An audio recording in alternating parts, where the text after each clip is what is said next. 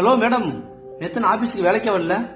இல்ல சார், நேத்து என் மாமியா கொஞ்சம் உடம்பு முடியல, ஹாஸ்பிட்டல் கூட்டிட்டு போயிட்டேன், அதனாலதான் வர முடியல. என்ன மேடம், வசதி ஆயிட்டீங்களா? கை நிறைய பணம் வச்சிருக்கீங்க. ஏன் சார் நீங்க வேற? ரொம்ப நாளா என் ஹஸ்பண்டுக்கு ஒரு சின்ன மோதிரம் வாங்கணும்னு ஆசைப்பட்டேன், முடியவே இல்ல. அதான் சார் இப்பதான் காசு கிடைச்சது, இப்ப எடுத்துட்டு வரலாம்னு கிளம்பிட்டு இருக்கேன்.